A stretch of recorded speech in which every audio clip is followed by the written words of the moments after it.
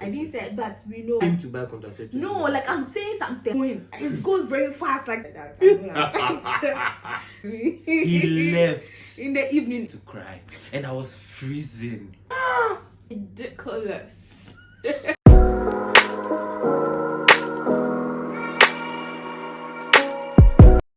Hi besties, welcome back to another video. I know I hardly do this sit down videos, but today it's safe to say that we have quite some experience here in the UK now, comparing the things back in our home country, which is Ghana, to the United Kingdom. There are some few things we find weird or nice or awkward, so we are here to share those things with you guys. If this is something you love to watch, please stick and stay till the end of the video. If this is your first time chancing upon my channel, you are most welcome, but I'd really appreciate if you hit the subscribe button now to join this amazing YouTube family. And to my returning viewers and subscribers, thank you so much for coming back. I think it will be fair if we start with education, since the whole purpose of us being in this country. That's not. Why is that also? That's the sole purpose now. We are here to study. And comparing education here in the UK and that of Ghana, I think it will be, well, I haven't been to any of the educational facilities yet, but he does, so he's going to tell us some of the things he finds interesting. Basically, he should just compare his education, the way the education system is, and that of Ghana. So comparing the education system over here with the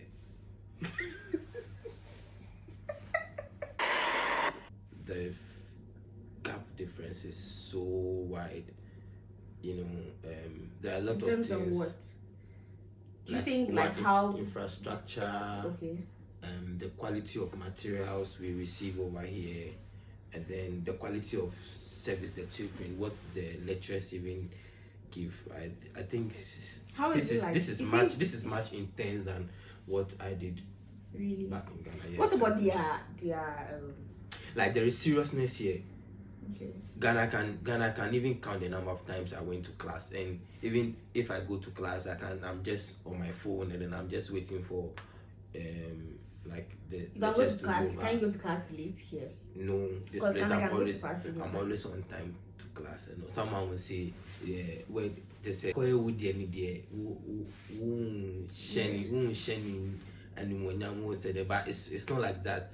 This place, the system makes you appreciate what you are studying, but Ghana is like someone is forcing you. Okay. Yeah. And in terms of the education, you know, people say that like even the least students in Ghana is able to do well when they come to, like, when they go abroad to study. I mean, when you come here, you know what's involved in you getting to this place. So it's like you'd want to put in your best, but when you're in your home country, even if I don't do well, like you have options. But this place, you know, that is why you are like, you know, your purpose. I know you've not written exams yet, but I'm writing on exams.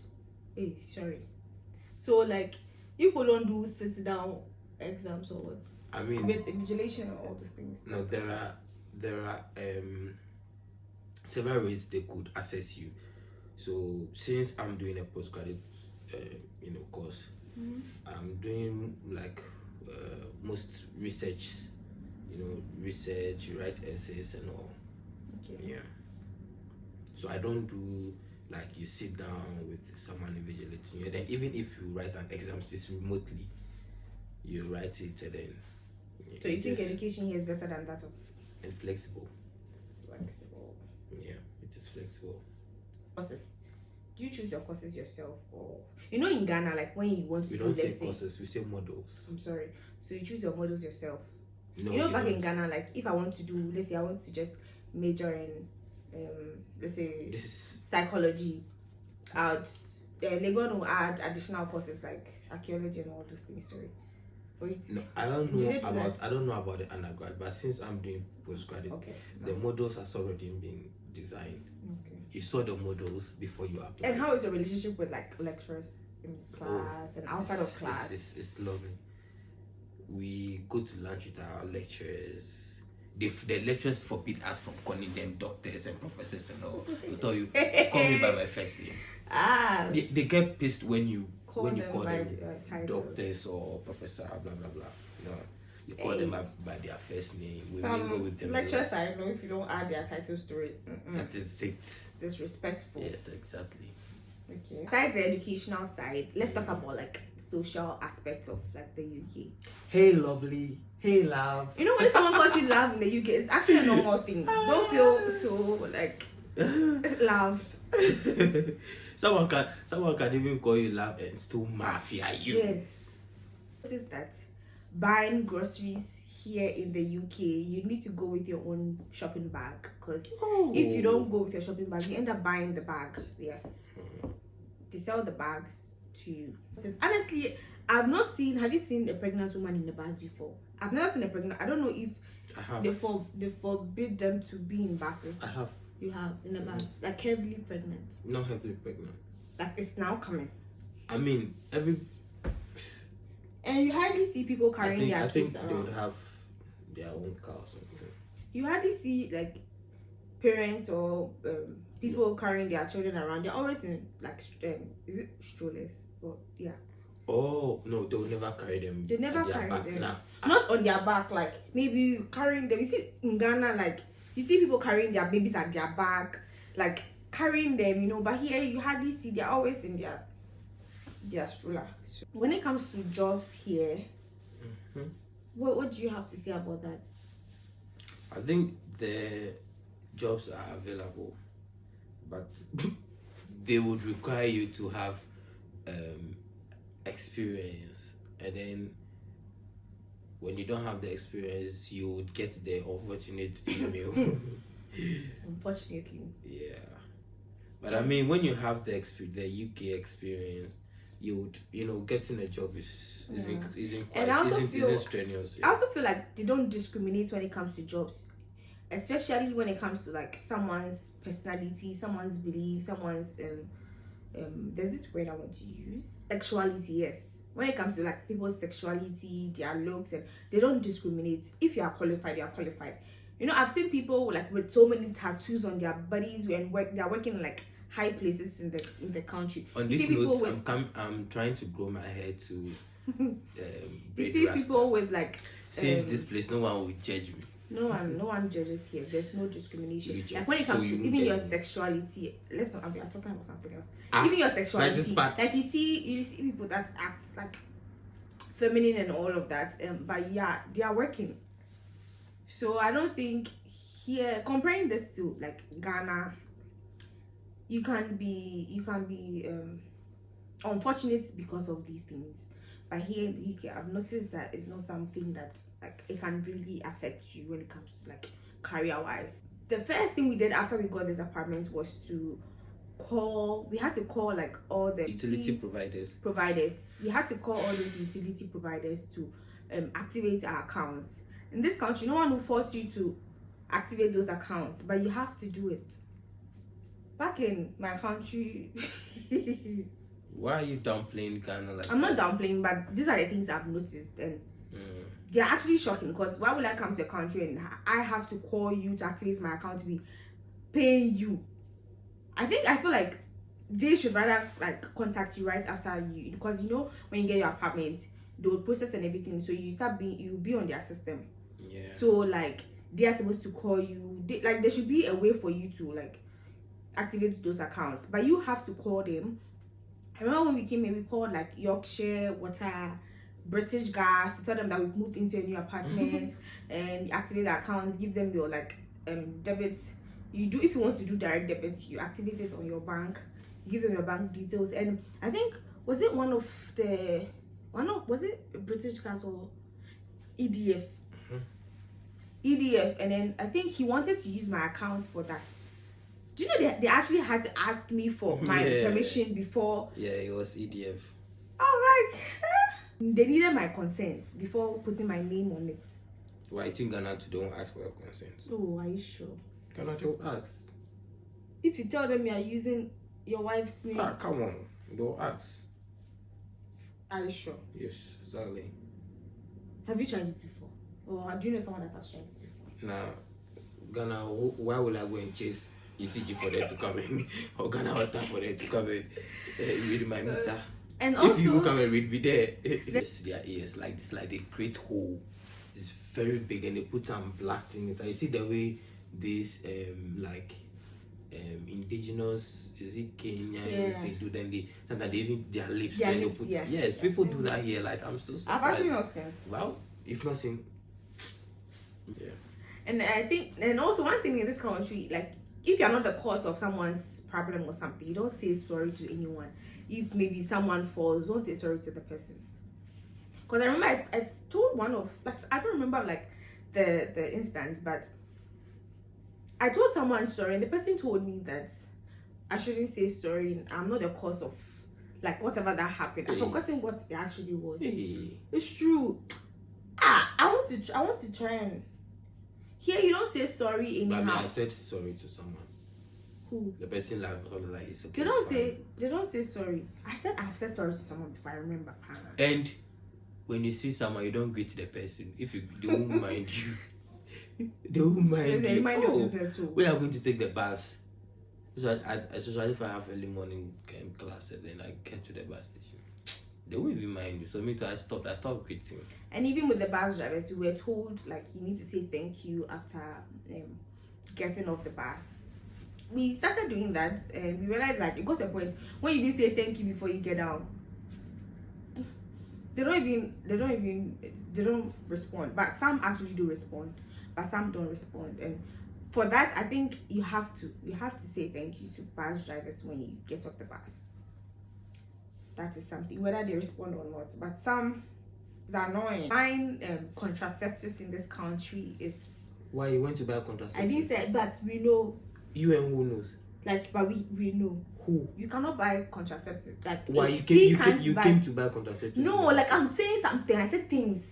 Something maybe. So how will you know if you've not gone to buy contraceptives? Listen. This is not. I'm not talking. This one I'm not talking based on experience. This one I'm talking based on what I have heard. So, not what I have heard or what like I have heard directly. They need, like, if let's say he's the one going to buy that pill, they would need the consent of his partner before they will educate you on the consequences of what you are going to do before you be given that pill. Or you don't know about that? You don't remember that? I don't. You don't remember? I don't. Should I carry? What's carry? By the way you are doing the thing to make it look like you went. I didn't say. That's why I'm saying that. Okay. Some of the things I'm saying, there are things I have seen. Some too, like I have heard directly from the person it happened to. Do you understand? So, or did I lie? I mean, I thought you've gone to do something with another guy. Because I don't remember going to buy contraceptives with you. When it comes to having kids in this country, have you heard like about things directly from people you know? Because the couple of friends I have here have said. You have friends? I have some few Nigerian friends and some few white people. But you know, whites, when they're smiling with you, doesn't mean they really love you. Some whites can smile with you, mafia you. Man, I'll tell you guys about something, but that will be for another day. There's this kids. You can't leave your kids home when they are. Is it below 12? Is it below 12 or 14? I'm not sure of that yet, but I think below 12 or either 12 or 14. You can't leave them at home alone. Social workers will come for them, and when they come for them, it's another issue for you. And when you're taking your kids to school, you need to take them to school early on time, and you need to pick them up early. Because one time my friend was telling me that, like, if there was this person that was late in picking their kids, like on 3 different occasions, the teachers had to call social workers, and they sent her an email. They gave her a warning, so if it happens again, they'll come for your kids. So this place, when it's 3 o'clock, and I've noticed when it's 3 o'clock, you see like before 3 o'clock, you see the parents getting to the school, going to stand there and wait. When it closes, they'll bring the kids out, and then you pick your child home. early in the morning too, like I see them form a queue, and then when it's time to enter, you just go in like that. This place, like, everything is just on time. This place is time conscious. If you have a meeting at 10 a.m., you have to be there at 10 a.m., exactly 10 a.m. Yeah. If you go there 9:55, they'll tell you to wait till it's 10. It's 10. Yes. And I think this country is good for this boy, because this boy is never What time do you conscious. mean? What do you My mean? sister's always saying it's like, you're never time conscious. If you give this guy like 10 a.m., he'll start getting ready at 10 a.m. and get there at 12. He likes to do things at his own pace. It's like it's like this system is making him, how should I even say it? It's like it's giving him a bit of tough time because of that, because he doesn't know how to manage his time. Doesn't know how to get to places on time. One good thing is whether you take a bus from, let's say, within Accra, and you take the bus from Oyarifa to Weja, it's 2 cities. That is Fixed like price. It's fixed price. Like from you just don't have to get down from the bus, but the moment you get down and you get on the bus, you have to pay another one. But they have this thing that they do. Bus saver. It's day saver. Day saver. Yeah. Ooh. They do day saver, and then with the day saver you pay like, that's like £4.50. So that's like twice and half of the price. Then that one but that one unlimited the whole day. You can go like anywhere. The whole day. Any bus it will take you. So but it's within Accra, like within your look at every local. London has theirs. Manchester they use tram. Yeah. So like every city and like the type of bus they use. I always hear it's called like First Bus, Lead City. Yeah. So I think other cities have their own names they have for their buses. So if you buy the day saver, you're safe. But if you buy day saver, you're just going to one location. Yeah. In and out. That's like £50. Hey, 50 pence. 50 pence, yes. Yeah. Sure. Because it's £4.50. So if you go for, so you can only go for day saver if you know you are going for like three or more, yeah. But if you are going to one location and coming back, that's like £4. So you don't need to add that extra 50 pence. But if you know you are going somewhere you're not very sure of, that's when you can take the day saver. So like in case bus saver, I made that mistake. In case you are like you get lost. So that one too. What's other thing? And when it comes to like taxes, credit cards. This place, like, it's like they live on credit. So you need to build your credit card. So Ghana, when you want to buy something, you do cash. You don't buy when you buy something outright. They actually see you to be rich, because people don't buy things outright. It's like awkward. It's weird. Let me not say awkward. It's weird when you buy something outright. Everyone will be looking at you. They'll start asking you, where did you get the money from, and all those things. They expect you to be free at the end. I don't dare free. So like you buy, make sure you pay on time, because if you don't pay on time, it will affect your credit score, because since that is what you live on, you wouldn't want to do anything to jeopardize that. So you need to, like, when you borrow, you pay and pay on time, so that it would help your credit score. Be that you're saying right now we don't have any proper credit score. It's not like they said we need to, because we just created our accounts, we need to like have transactions going on for like 6 months before we can start using credit. So right now we are not using that. But if you build, so that's why we are trying to build our credit score, and without credit score you can't buy anything on credit, so meaning you have to buy everything outright. Yeah, that's one thing I like about this country. No matter how much you earn, you can still live like certain life you would want to live. You can go on vacations. Here going on vacation is easy. With our residence permit that we have now, we can go to so many countries. We can go to so many, and that's one advantage. You know, back in Ghana, even with your Ghana card, the president said now they can bike, a car, Ghana car. Car. On credit. Credit will never work in Ghana. Hey, when people borrow from their friends' car, they don't pay.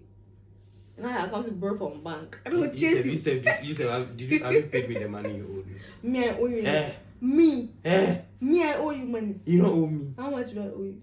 The 150 cedis. Which 150 cedis? What are you talking about? You see when you're lying there, your nose is shaking. I don't know what you're talking about. Me, I owe you. You know. Hey, brother, relax. Taxi. The taxis here, run on pay as you go. Yeah. Yes. The first day we got into this country, we took one taxi from the location where we were going. It wasn't far, but because of our things, we needed to take taxi. We should have gone for Uber, but we had not set up the Charlie. Let's say we're going from Accra Mall to the roadside, the junction. Accra Mall is even far. Use a place like most of them will know. The Legon, the stadium to the Okponglo. Okay, Legon, yes, the stadium to Okponglo. Just that distance. So the car had to go and pass some places. And as it's going, it's reading. Even if it's in traffic, when it was reading, my heart was and it's just going. It goes very fast, like hey. So that was our first and last of taking taxi. We didn't take taxi again. Anyway, if you want to use private, you just go for Uber or bus. Bus. Oh, and the Uber, the cars they use for Uber here. Wow. And you know, sometimes when you see the Uber drivers, like the Uber drivers, Dubai too hard, like but the Uber drivers, they actually dress like they are going to work. Most of them are very like they wear formal outfits. Yeah. Like they're actually going to work. That's their it's not office. Ghana that some of them they are ample to be. What are you saying? But it's do you know your friend is an Uber driver? What are you trying to say? Doesn't dress. No offense to you. You are not like that. You are not like that. I mean, some other drivers, the cars are always neat, posh cars. Your friend's car is that car always? I trying to tell him something or something. No, he has something to tell you. You are saying. That's what his car needs. Oh, his car but I used to drive his car. His car is okay. His car that is always sitting gallons. You catch you. After watching this video, you come and call you. With the bus system too, you don't tell the driver bus stop. You don't say bus stop. Bring it up a little. You press. There is a button. There's a button in front of like every seat, so you just and then it will alert the driver that you want to alight. And they don't just stop anywhere. They all have like designated bus stops. Yeah. So if maybe you're supposed to get down here and you did not get down, the next bus stop, maybe that is not for that bus. It will never stop. It will take you to the. Let me tell you what happened to me. So you know, mostly I take bus 15 or 16 to the house after class. So I missed bus 15 from the first bus stop. You know, I thought because 16 also comes the same direction. I'll just take the 15 from 16's bus stop. The driver did not. They don't stop. I had to run. The driver was like, you have to come to go to his bus stop. I had to run. And then luckily for me, there was like some traffic. A car like blocked the road, so he wasted a little bit of time. You know, when I got to the bus stop, the driver, I almost got to the bus stop. The driver, they didn't wait for me. Oh no! Something happened to me. He left in the evening. Guys, it was raining. I wanted to cry, and I was freezing. It happened to me was late at night. It was raining, and I was. I think that thing that pained me. I had to take videos and I sent it to my sister. The thing pained me. Cause you know, like buses, when is their time to leave that particular bus stop, and they shut the doors, they're not opening for you. Sometimes, if you are lucky, they'll open for you. Sometimes, I've witnessed some. Even I think yesterday, when the man shut the door, she's not opening for you. That is it. You have to wait for the next bus. And then I was crossing the road. The bus was now going to my bus stop, and I was crossing the road to that bus stop. Do you know, like, the driver saw me run. There was no one in that bus. The driver saw me running. Like, I was almost there. If I show you the distance from where I was and where, like, the bus stop sign was, like, it was very close. At least he could have delayed a little bit. Hey! This driver looked at me and shook his head and he left with no one in that bus. No one knew. Some of the things here, sometimes I feel it's racism, because even that same day when I got a different bus and I was going, there was someone across the street. Do you know the bus driver stopped and waited for that person? But I was like, maybe because the person is white and I'm black. No, it depends on the bus drivers, you know, the individual personalities. Do you remember when we were standing at the bus stop and the bus was coming, and when we were standing, it was obviously supposed to stop for us? Because we were standing at the bus stop, I think we were like 1 meters away from the post, the bus post. The man didn't even stop. It's like he did, like he was come to stop for us, and he left. The way this boy screamed. That day I can never forget. Hey, like some of the things they do, they make you feel bad. Like you don't know if it's racism or honest. Like, sometimes you don't know. Like I feel like it's not necessary. It's awkward. How can I be sick and then you tell me to book to go and see a doctor? A doctor. Yeah, you have to go there, book, come home, and then go.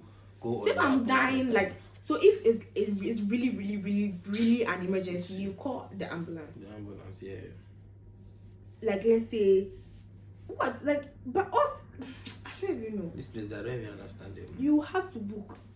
If you go there, you don't book, they'll tell you, I'm sorry, you have to book. And they're always smiling. That's what I'm saying. They're smiling, but they are my friends. Sometimes you can book, they'll tell you they don't have any appointments available, maybe in the next 2 weeks, the next month or something. So if you are dying, you have to pause your death till you come and see the doctor. That's what they do. Renting system, the housing system over here, when let's say a light spoils, like a bulb or something, you're not supposed to repair it yourself. You call your landlord. Your landlord take care of maintenance and everything. Not back in Ghana when when you rent a place, then it's like you assume responsibility. And I think before you even move to a place, they hire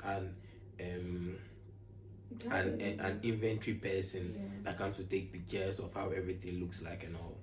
Yeah. So if you are living and there's a fault, that is when they'll take it out from your deposit. But I think like they paint and do all those things before you come. Let me not forget this. There are hotel prices every day with the price. Ridiculous. Ridiculous. I know if you are converting it, we pay like 2,000 cedis or 2,500. Like a day you can pay with no food, only breakfast. While the breakfast is no food. Oh, master, like no lunch. Water pool. No, you said with no food. Water. Don't tell you go and drink tap water. And this place we stop. So we will normally buy like the bottled water there. They have like, what liter was that? 5 liters. Yeah, we buy that one.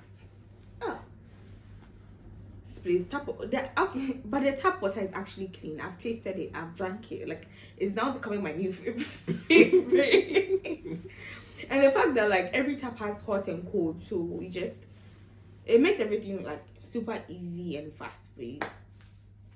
And because of the weather too, you don't need to have water in your fridge, cause even if you are in the room, everything just be chilling. You don't need to. And talking about like winter and how we are coping here, I mean, as you can see, yes, demo, but yes, with the heater, we have heater, but you know when have you seen that TikTok video that when you on the heater? Oh, but I mean, we use the heater most of the time, especially when most. Oh, but since we came, like we've actually used the Don't heater. say most. We've actually used the heater once in a while. Yours what? No, it wasn't once in a while. Before it even started snowing, I think when summer was ending, during the Halloween time, we started using the heater, but we don't use it often, like when it's extremely cold. Well, we've had our first snow, but it wasn't, I wouldn't call that snow because like it wasn't that huge for me to even make like the snowball. So I wouldn't have had like my first winter yet, so I'm waiting until that day. And the weather here, I would say the weather here is predictable yet unpredictable.